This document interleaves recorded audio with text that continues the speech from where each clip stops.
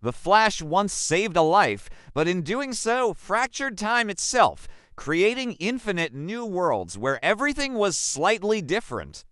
And this is how that one decision broke the Flash forever. We open with Barry Allen saving a man's life. But instead of simply thanking him, the man turns on Barry, attacking him and cursing him for meddling. When Barry asks why, the man reveals that he has terminal cancer and had chosen to end his own life. But Barry's timely intervention saved his life and condemned him to a slow death. Enraged by this, the man attacks Barry, only for our hero to outrun him. This is an alternate version of Barry's world, one where he chose to save the man's life. In our main timeline, Barry would let the man die, but in this world, he chose differently, setting off the chain of events that would break time itself. Now, in the comics, when Barry messes with time, things go a little haywire. That's putting it lightly. Infinite Earths is the name of the event where the Flash accidentally destroys the multiverse while trying to fix a mistake. Luckily for us, the show hasn't quite gotten there yet, but it's getting pretty close. After the fight, Barry goes to see Iris, who isn't his fiancée, but rather a friend. He is shaken by what happened, and he decides to tell her about the other versions of himself that he has been encountering. To his surprise, she believes him, which makes sense given that she knows how crazy the world can get when it comes to meta-humans. Iris suggests that Barry might need more help than he realizes, though, and encourages him to tell someone else what he's going through. Meanwhile, on another Earth, we meet Bruce Wayne, or should I say Bruce Wayne. We pan away from his face, revealing that he is actually Batman, but he isn't exactly the hero type. In fact, he's more like a super-powered Lex Luthor, ruling over Gotham with an iron fist. He doesn't seem to have any sidekicks either, or really any allies at all. Just like the Joker, as Batman moves through the city, people cower before him, begging for mercy. Things aren't good in this reality. Barry decides to visit the one person he can think of who might be able to help him, and it's none other than Batman. Unfortunately, since this is a dark future, Batman doesn't want to help Barry, and even less does he want to hear about some alternate universe. But before Bruce can throw Barry in Arkham, they're interrupted by a massive explosion outside.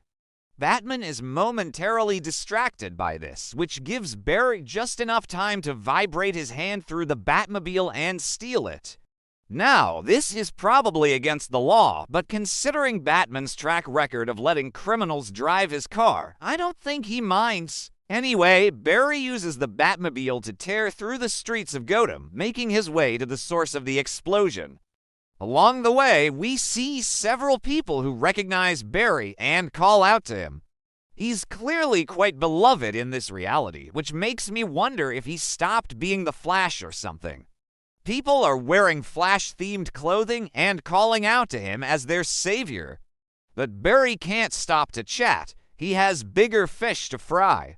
We soon see that the explosion came from a massive hole in the sky, which seems to be causing strange energy surges throughout the city. The civilians Barry had seen earlier were likely affected by this surge, and that's what made them view Barry as a hero. Barry decides to fly up into the sky and take a look around. What he finds is beyond anything he could have ever imagined. A portal to another dimension has opened above Gotham, and it is spewing forth energy that is affecting the entire city. As Barry gets closer to the portal, he starts to feel his powers slipping away, losing his super speed one last time. He manages to stabilize himself and make his way back down to the ground, where he runs into a familiar face. It's Lois Lane, and she doesn't seem to recognize Barry, but thankfully she does recognize Clark Kent, aka Superman. She calls out to him, but he doesn't answer. He's too busy punching the Flash in the face. If you're wondering why Superman hates the Flash, then I have some good news for you. You won't have to wait long to find out, because that is exactly what is happening right now. The two square off against each other, with Barry mentioning that they've met before. But Superman isn't having it. He continues to attack until Barry mentions that he's here to help. Superman pauses, but then gets angry at this suggestion and says that he doesn't need any help. He can handle things on his own.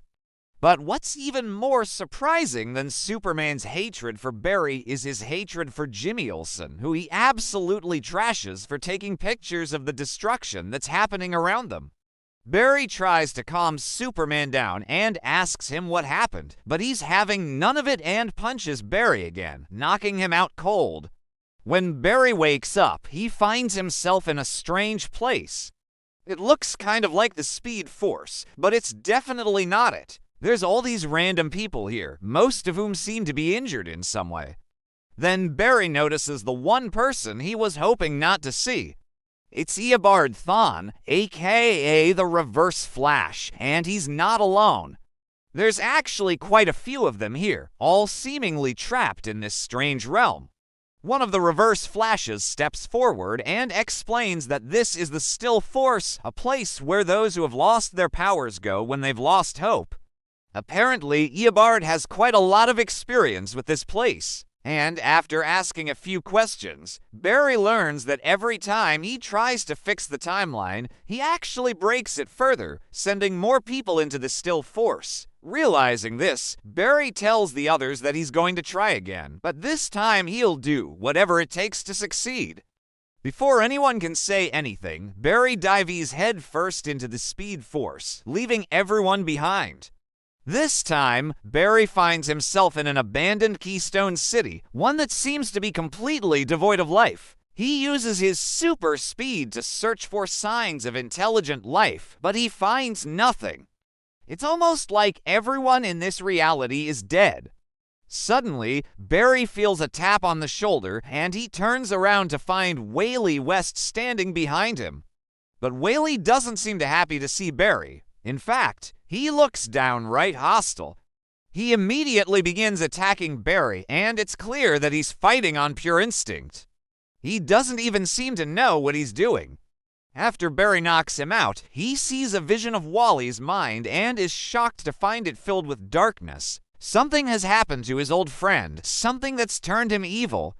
Suddenly, Barry finds himself in another reality where he meets a version of himself that appears to be the leader of the Rogues. Wait, what?